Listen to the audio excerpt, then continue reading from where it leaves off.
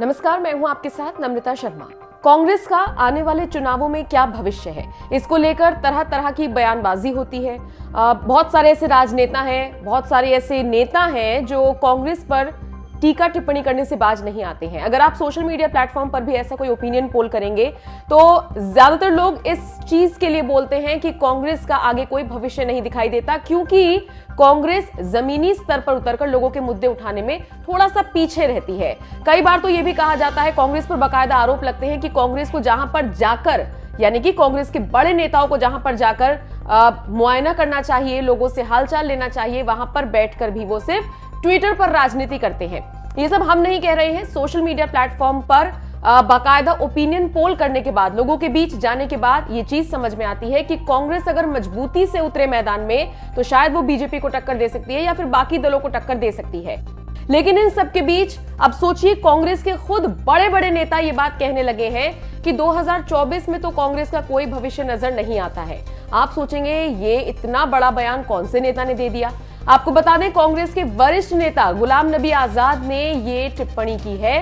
दरअसल वो जम्मू कश्मीर के पुंछ में एक रैली को संबोधित कर रहे थे और वहां पर उन्होंने साफ तौर पर कह दिया कि आने वाले लोकसभा चुनाव यानी कि 2024 में जो चुनाव होंगे उसमें कांग्रेस को 300 सीटों से ज्यादा मिलेंगी। ये अभी तक कहा नहीं जा सकता है और अगर हम यहां पर कुछ बदलाव करना चाहते हैं तो उसके लिए बहुमत में ही सरकार का होना बहुत जरूरी है। यानी कि गुलाम नबी आजाद, कांग्रेस के इतने बड़े नेता, खुद इस बात को एक्सेप्ट कर रही हैं कि हालात अभी ऐसे नहीं हैं कि कांग्रेस पूर्ण बहुमत में कहीं पर आ सके।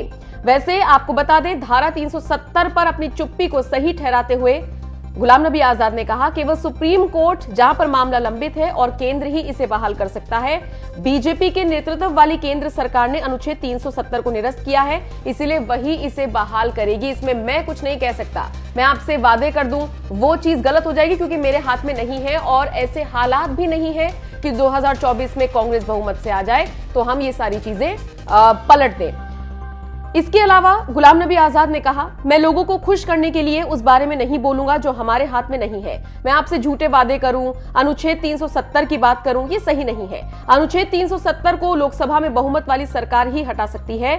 सरकार बनाने के लिए 300 सांसद चाहिए। मैं ये वादा नहीं कर सकता कि 2024 चुनाव में हमारे 300 नेता जीतकर संसद पहुंचेंगे।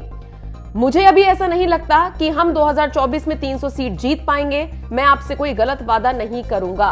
सोचिए, कांग्रेस के इतने बड़े नेता खुद कहीं ना कहीं ये बात कह रहे हैं कि उन्हें उम्मीद नहीं है कि 2024 तक कांग्रेस के हालात सामान्य हो जाएंगे या फिर वो बहुमत में उनकी सरकार आ सकती है। वैसे आपको याद होगा, कांग्रेस के अंदर ही एक ऐसा दल है, एक नेताओं का समूह है जो नेतृत्व से निराश था, खुश नहीं था। उसी समूह में गुलाम नबी आजाद का भी नाम आता है। वो पहले भी नेतृत्व पर सवाल उठा चुके हैं। ऐसे में चुनावों से ठीक पहले हम बात कर रहे हैं यहाँ पर यूपी चुनाव में जो 2022 में होने हैं और उसके बाद 2024 में लोकसभा इलेक्शंस, उनसे पहले गुलाम नबी आजाद का ये बड़ा बयान बहुत सारे मायने रखता है। आप बताइए, इस पूरी खबर को लेकर आप क्या राय रखते हैं?